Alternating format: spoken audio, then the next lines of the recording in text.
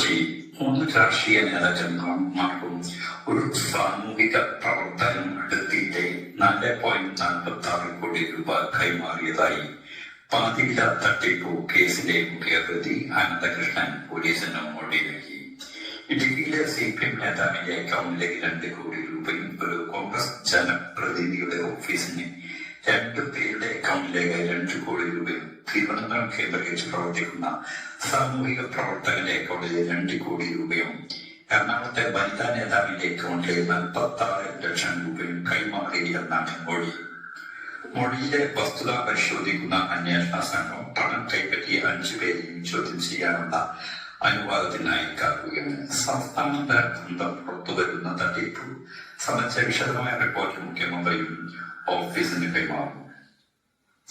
അന്വേഷണത്തിന്റെ ആദ്യഘട്ടത്തിൽ BJP നേതാക്കന്മാർക്കെതിരെ മാത്രമാണ് ആരോപണം ഉയർന്നതെങ്കിൽ 2ാം ഘട്ടത്തിൽ CPM കോൺഗ്രസ് നേതാക്കന്മാരിലേക്കും സംശയത്തിന്റെ മുന നീളുന്നു. പാതിരിക തട്ടിപ്പിലൂടെ നേടിയ പണമാണ് കൈമാറിയതെന്ന് പോലീസ് വ്യക്തമാക്കിയിട്ടുണ്ട്. രാഷ്ട്രീയ നേതാക്കന്മാരുടെ പേരിൽ ഘട്ടത്തിൽ വെളിപ്പെടുത്താൻ കഴിയില്ലെന്ന് Ernakulam rural SP doctor Saxena പറഞ്ഞു. തൊടുപുഴ, കുടയത്തൂർ, അമ്പലക്കുഴി, പാൽ എന്നിവയ്ക്കും സമീപവും ഇരാട്ടുപേട്ടയിലും മുത്തത്തും അനന്തകൃഷ്ണൻ ഭൂമി വാങ്ങിയതായി പോലീസ് പിടിച്ചെടുത്തിട്ടുണ്ട്. മുദ്ര ചാരിറ്റബിൾ ഫൗണ്ടേഷൻ മുഖേന പാതിരിക തട്ടിപ്പ് നടത്തിയെന്ന പരാതിയിൽ നജീബ് ഖാന്തപുർ MLA-ക്കെതിരെ പെരിന്തൽമണ്ണ പോലീസ് കേസെടുത്തിട്ടുണ്ട്.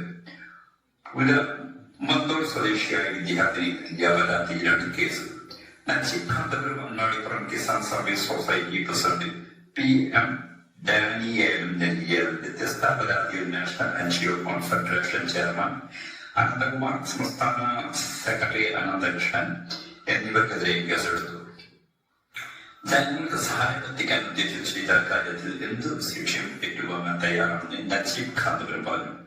പദ്ധതിയുടെ പേരിൽ ഒരു സാമ്പത്തിക താല്പര്യം ഒരു ഘട്ടത്തിലും ഉണ്ടായിട്ടില്ലെന്ന് ബാങ്ക് അക്കൗണ്ട് വഴി വാങ്ങിയ പണം അതുതന്നെ ബന്ധപ്പെട്ടവരുടെ അക്കൗണ്ടിലേക്ക് മാറ്റിയിരുന്നെന്നും നജീബ് ഖാന്തപുർ പറഞ്ഞു.